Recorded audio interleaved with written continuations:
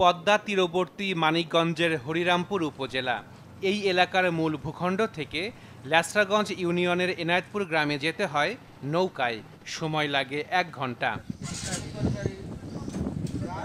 এই চরেই জেঁকে বসেছে রাসেলস ভাইপারের আতঙ্ক, কেননা গেল 3 মাসে এই সাপের কামড়ে মারা গেছেন 5 জন। স্থানীয়রা পিটিয়ে মেরেছেন অন্তত 35 থেকে 40টি রাসেলস ভাইপার। বোন জামাই ভুট্টা ছিটতে যায় সাপে কামড় দিয়েছে রাসেল ভাইপার। সে ফরিদপুর মেডিকেল নিয়েছি, মেডিকেল থেকে 10টা ভ্যাকসিন দিয়েছে, তাতে কি বিষ নামে নাই। পরে ঢাকা নেওয়ার সময় সে মারা গেছে। কিন্তু রাসেল ভাইপার সাপের কামড়ে যারা মারা গেছে তাদের হসপিটাল নিয়ে গেছে, তাদেরকে হসপিটাল নেওয়ার পর তাদের ভ্যাকসিন দিছে, ভ্যাকসিনেও এটার কোনো কার্যকরী হয় নাই। শুধু মানিকগঞ্জ নয়, ফরিদপুর জেলার পদ্মা তীরবর্তী চরাঞ্চলেও দেখা মিলছে রাসেলস ভাইপারের। ফলে আতঙ্কে চরে কৃষিকাজ করতে ভয় পাচ্ছেন সাধারণ মানুষ। 17 থেকে 18 সাল প্রায় 8 থেকে 10 জন মানুষ এই সাপের কামড়ে মারা যায় এবং এই পর্যন্ত প্রায়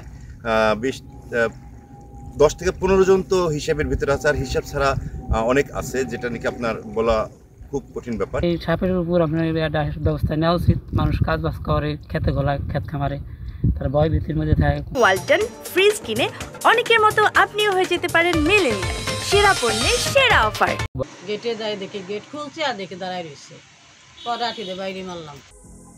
রাসেলস ভাইপার বা চন্দ্রবোরা সাপ, যাকে বাংলাদেশ থেকে বিলুপ্ত ঘোষণা করা হলেও পদ্মা তীরবর্তী বিভিন্ন এলাকায় আবারও দেখা মিলছে বিষধর এই সাপের।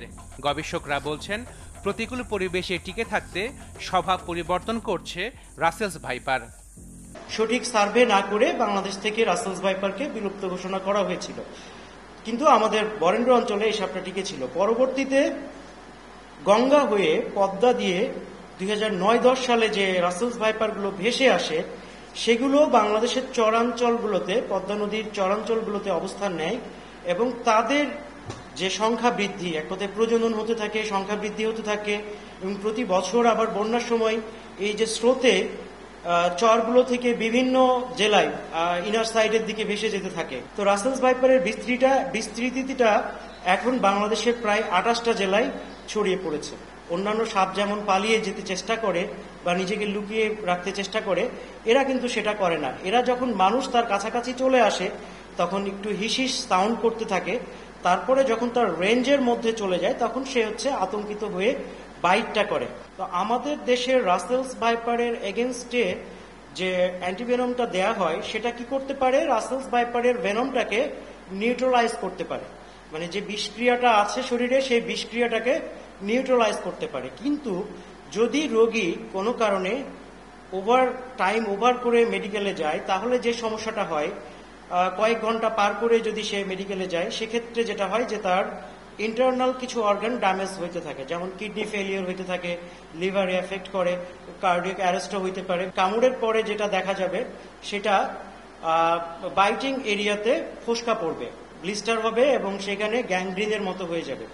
তারপরে যেটা করে কি, এরা ব্লাড সার্কুলেশনটাকে বাধাগ্রস্ত করে, ব্লাড সেলটাকে ভেঙে দেয় এবং টিস্যুকে ড্যামেজ করে। রিসার্চে দেখা গেছে যে রাসেলস ভাইপার যদি কোনো কারণে তাদের হ্যাবিটেট, তাদের বাস্তু সংস্থান যদি তাদের এগেনস্টে যায়, মানে প্রতিকূল পরিবেশে যদি তারা থাকতে শুরু করে, তখন তারা কি করে?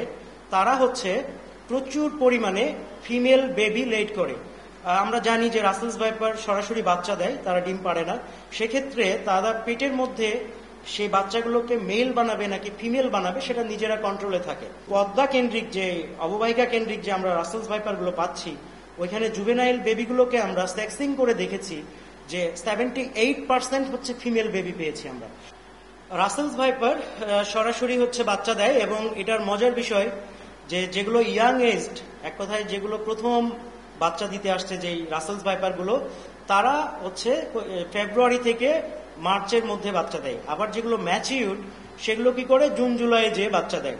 সো আমরা ধরে নিতে পারি যে রাসেলস ভাইপারের বাচ্চা আমরা সারা বছরই পেতে পারি। ঢাকার শুধুমাত্র 4-5 কিলোমিটার অংশ জুড়ে, যেটা পদ্মা নদীর পাশ দিয়ে গেছে, শুধু সেইটুকুতে আছে। মানিকগঞ্জের দোহারের যে পদ্মা নদীর পাড় দিয়ে যে অংশটুকু আছে সেটুকু দিয়ে গেছে। তো আমরা যদি এখন পুরো ঢাকাবাসীকে আতঙ্কিত করে ফেলি, তো এটা প্যানিক আকারে ছড়ায় পড়বে। কিন্তু সো আমাদের এই প্যানিক ছড়ানো থেকে বিরত থাকতে হবে। চন্দ্রবোরা সাপের দেখা মিলছে যেসব এলাকায়, সেখানকার সরকারি হাসপাতালের চিকিৎসকরা জানালেন সংকট আছে অ্যান্টিভেনমের। আর জানেন যে একজন রোগীর জন্য অনেকগুলো ভ্যাকসিন লাগে, কিন্তু আমাদের সরকারি সরবরাহ কিন্তু সেই রকম না। যারা কমিউনিটি ক্লিনিক রয়েছে এই সমস্ত জায়গায় কিন্তু এই ধরনের অ্যান্টিভেনাম পুশ করার কোনো সুযোগ নেই, কারণ এখানে অ্যান্টিভেনাম পুশ করতে হলে যে সমস্ত প্রিকশনের দরকার, যে সমস্ত সাপোর্ট দরকার, সেই সমস্ত সাপোর্টগুলো কিন্তু ওই সমস্ত জায়গায় নেই। তবে স্বাস্থ্য মন্ত্রণালয় বলছে অ্যান্টিভেনমের কোনো সংকট নেই। এই রাসেল ভাইপার তো আগে এইভাবে এত ব্যাপক আকারে ছিল না, ইন্ডিয়া থেকে আসছে বলে আমাদের কাছে খুবই মনে হচ্ছে, এবং আমাদের কাছে যে রাসেল ভাইপারের ন্যাচারাল ক্যারেক্টার যেটা ছিল সেখানে একটা ডেডিকেট হয়ে আসছে, এবং যে কারণে অনেক ক্ষেত্রে আমরা অ্যান্টিভেনম পুশ করার পরেও রোগী কিন্তু অনেক ক্ষেত্রে সার্ভাইভ করানো যাচ্ছে না। এছাড়া এই সাপের স্বভাব পরিবর্তন নিয়ে গবেষণা হবে বলেও জানিয়েছেন স্বাস্থ্য সচিব। আশা করি যে আমরা ফাইন্ডিংস ভালো কিছু পাবো। আশিক প্রিন্স, চ্যানেল 24, ঢাকা।